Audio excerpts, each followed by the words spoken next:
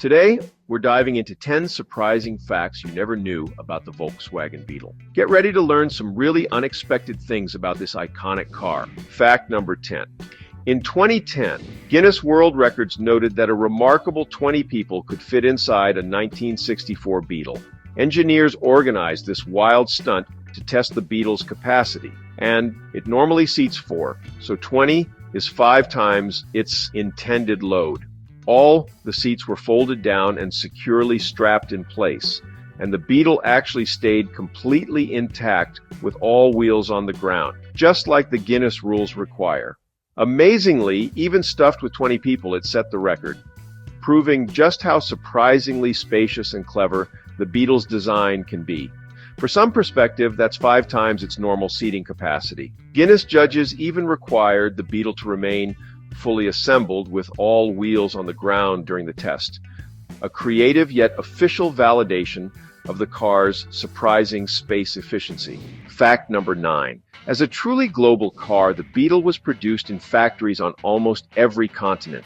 By the 1970s, it had been assembled in more than a dozen countries, from Brazil and Nigeria to Indonesia and Mexico, even though it was never built in the United States, which was actually its biggest market. By the time production ended, Volkswagen had built over 21 million Beetles of the original design, making it one of the best-selling cars ever. Around the world, it picked up some really affectionate nicknames. For example, in France, it's called the Coccinelle, in Brazil, Fusca, in Mexico, Vocho, and even in Denmark, it was sometimes dubbed Hitler's Sleigh or Hitler's Lao. In the US, Volkswagen famously marketed the Beetle with self-deprecating slogans like "Think small and it's ugly, but it gets you there," turning its oddball look into a real selling point. Notably, German Beetle production ended in the early 1970s, but Volkswagen's Mexico plant kept it alive. The classic Beetle was built there up to 2003, and Beetle-style models continued until 2019. Many of those cars are still on the road today, which is honestly a testament to the Beetle's lasting durability. Fact number 8. Contrary to legend, Hitler didn't draw the Beetle himself. He only commissioned its design.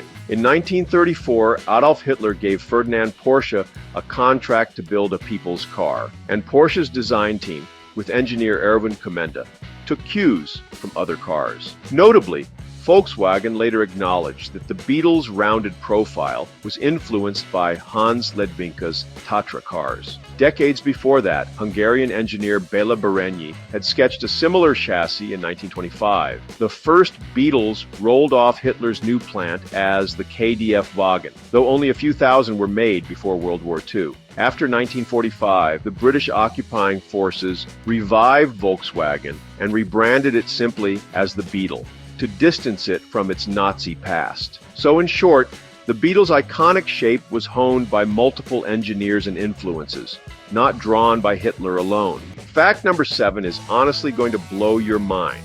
It involves Hitler, a Porsche, and a secret sketchbook. You know, Hitler is often given credit for the Beetle's creation, but the real story is actually a lot stranger. So, there was this Jewish engineer named Joseph Ganz, and he had been sketching his own affordable car designs, including a prototype called the Maikefer, even before Hitler got involved. Hitler saw Ganz's prototype at a 1933 auto show, and later on, he promoted many of those same ideas when he met with Porsche. Unfortunately, Ganz was persecuted by the Nazi regime. He had to escape Germany, and he even sneaked back in just to recover his notebook full of car sketches. After the war, Porsche and Ganz actually met amicably, but Ganz ended up living in obscurity. Volkswagen later quietly acknowledged Ganz's early work, even giving him a small pension. So yeah, this secret history really shows that the Beetle's origins were way more complicated than the official story suggests. Fact number 6. A lot of people out there credit Ferdinand Porsche with the Beetle, but one engineer really deserves some special mention. Franz Reimspeis. He was this Austrian guy who actually designed the Beetle's signature air-cooled flat-4 engine, not Porsche.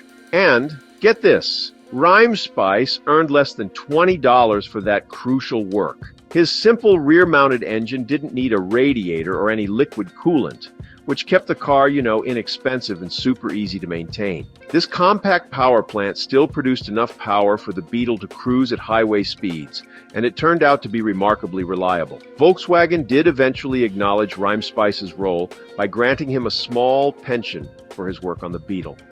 Porsche took most of the public credit, but honestly, it was Rheinspice's engine that truly powered the Volkswagen dream. Fact number 5. The Beetle's simple, rugged chassis actually gave rise to a whole new class of vehicle, the dune buggy. So back in 1967, engineer Bruce Myers took a shortened Beetle chassis and engine and built a lightweight fiberglass body on top of it. Myers Manx famously won the Baja 1000 off-road race in Mexico, and that really sparked a craze. Pretty soon, enthusiasts were building hundreds of Beetle-based buggies, often called Baja Bugs, for desert racing and beach fun. These buggies totally became icons of 1960s surf and off-road culture. Volkswagen even honored this legacy in recent years. For example, the 2016 Beetle Dune edition had raised suspension and off-road styling cues inspired by those classic buggies. The fact that such a mild-mannered family car could be transformed into a trophy-winning sand racer just shows the Beetle's incredible versatility. Fact number 4. You might be surprised which famous people loved Beetles. Domino's Pizza co-founder Jim Monahan once sold half his company in exchange for a 1959 Volkswagen Beetle. Horror novelist Stephen King drove Beetles too. He famously wrote The Shining while driving a red Beetle. The book's hero has one, although the movie made it yellow. King said the Beetle's cozy, unpretentious interior helped put him in the writing mood. Even Hollywood has nods to the Beetle. During filming A Fight Club in 1999, Brad Pitt insisted that the car being smashed be an old Beetle because he thought the new one was just too ugly. The Beetle even became a movie star itself. Disney's Herbie films featured a lovable Volkswagen Beetle as the main character.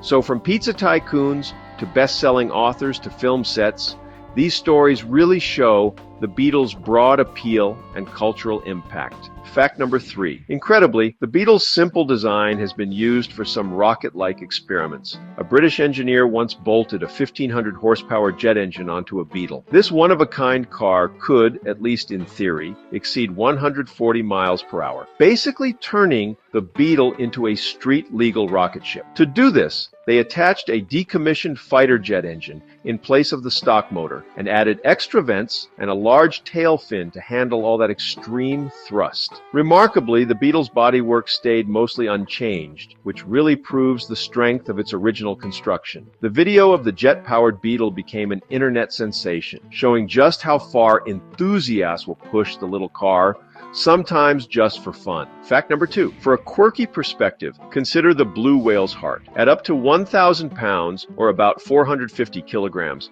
a blue whale's heart is roughly the size of a Volkswagen Beetle. For comparison, a Beetle itself weighs about 1,800 pounds, so a whale's heart is about half the car's weight. Science educators love this analogy to help demonstrate scale. It highlights how compact and iconic the Beetle's shape really is. It's about the same volume as the largest organ in any animal on Earth. Fact number 1. The Volkswagen Beetle's production history is truly unprecedented. The original Beetle, known as the Type 1, was built for 65 years straight, from 1938 to 2003, the longest continuous run of any car ever made. By 1972, Volkswagen had built over 15 million Beetles, surpassing Ford's Model T as the world's best-selling car at that time. In total, more than 21 million first-generation Beetles were sold by the end of production. It remained Volkswagen's top-selling model until 2002, when it was finally surpassed by the Golf. That means the Beetle held Volkswagen's sales crown for nearly 70 years. In 1999, an international panel even ranked the Beetle the 4th most influential car of the 20th century, behind only the Ford Model T, the Mini, and the Citroën DS. The Beetle's journey from a Nazi-era experiment to a worldwide icon is honestly one of the richest and most unexpected chapters in automotive history.